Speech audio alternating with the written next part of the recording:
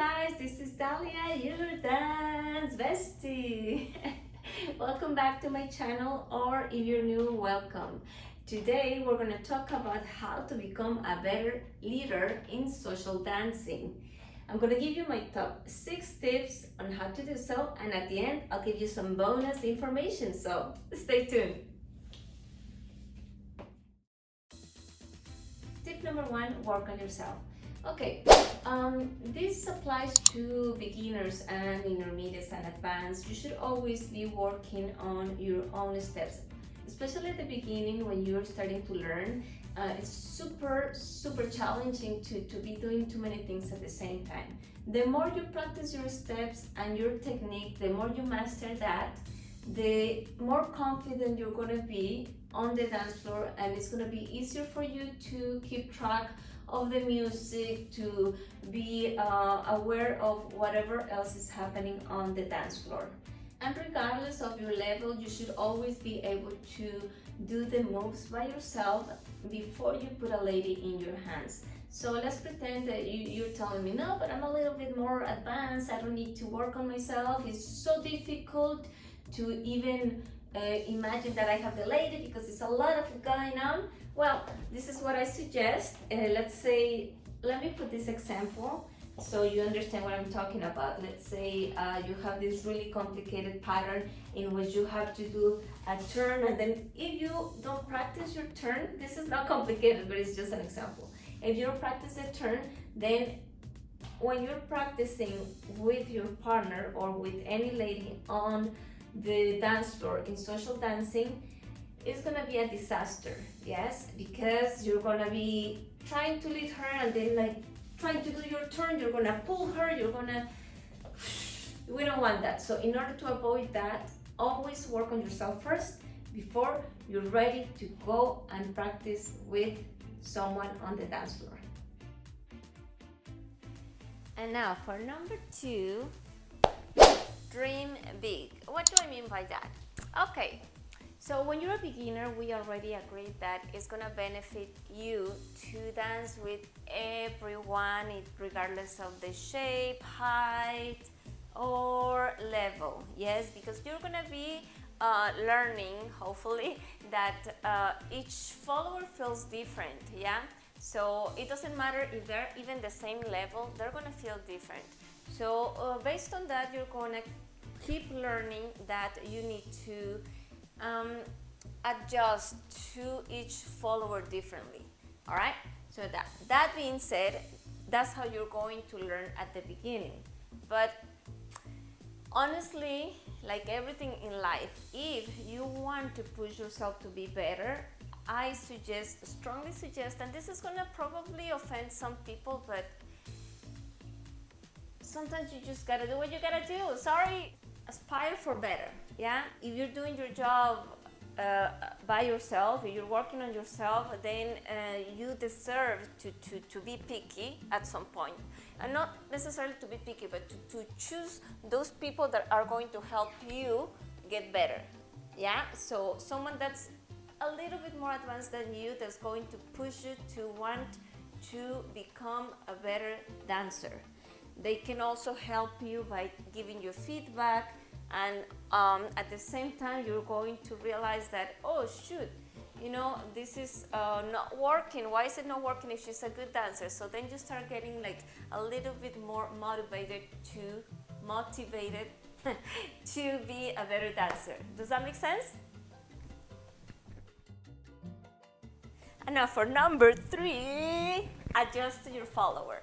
What do I mean by that? I previously talked about adjusting to your follower, but yes, we talk about there's different kinds of ladies that regardless of the level they are, they're gonna feel different when you dance with them.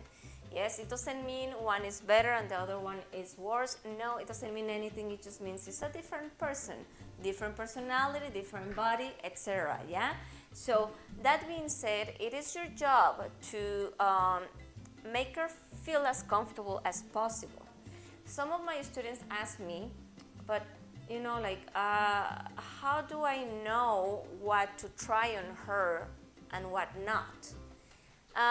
My advice for you And for even like any dancer, any level, it doesn't matter if you're beginner, intermediate, advanced. My advice for you is like, please first check her out. You know, there is a time for that, and I've seen a lot of people doing that. I've done it myself.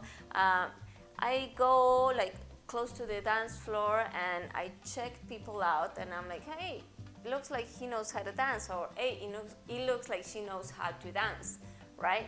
So once you see that, once you see and get a big idea of what she's capable of, then you can start from there. I'm not saying that she's gonna dance the same way with you. I'm not saying that she's gonna be able to follow everything you throw at her, but you can start from there. And then also, once you're dancing with her, if you're still not sure yet of what she's capable of, start little by little. There's nothing wrong with that. Yeah, you don't have to throw your to her at the beginning. So you can start little by little. Let me give you an example. Little by little. When I talk fast, it's like blah, blah, blah. Okay, so an example. If you're still not sure, this is what I suggest you do. You start, nice and easy with your basics, yeah? And then you start with a tiny wave.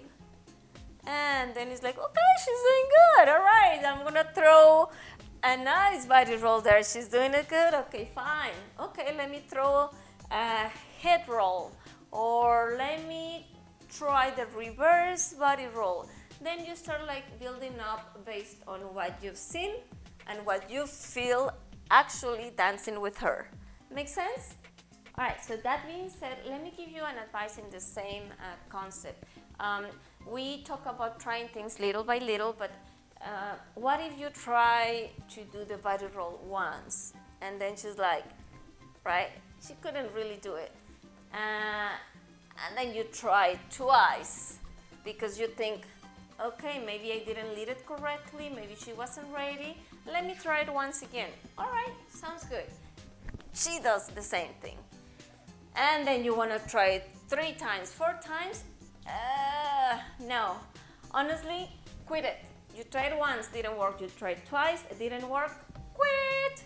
And let me tell you why. Because if she's not getting it, not only you feel uncomfortable, but she is feeling times 2 worse that you are feeling, because she is not capable of doing what you're leading her into, and she's gonna feel completely like lost, uncomfortable, and miserable.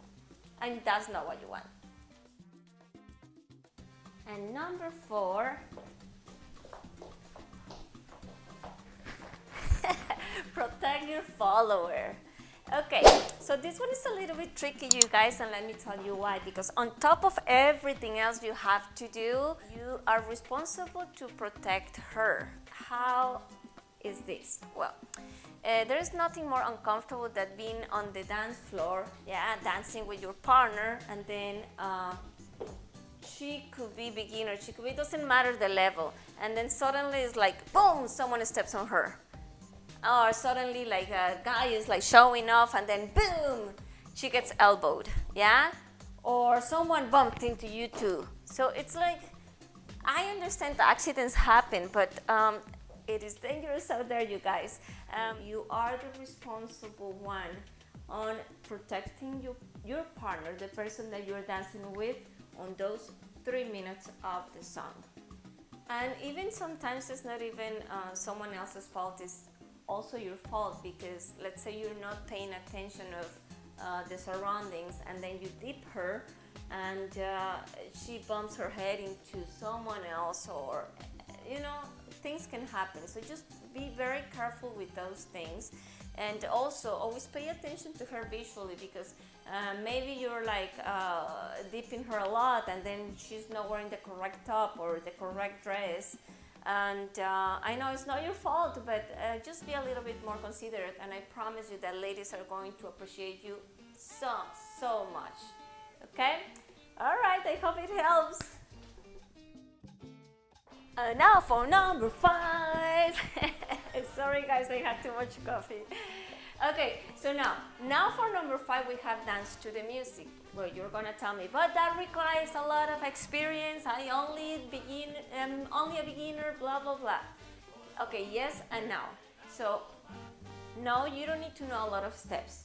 Yes, you need to know what you're doing. So work on yourself, master those basics, and dance to the music. Enjoy the music.